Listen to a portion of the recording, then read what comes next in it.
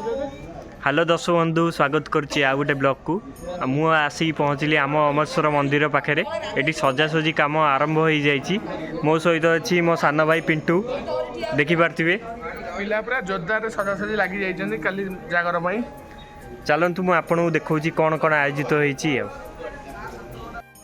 आपण मैंने जमी देखिपे मंदिर चारिपटे गेंडुहार द्वारा सजा जाऊँगी।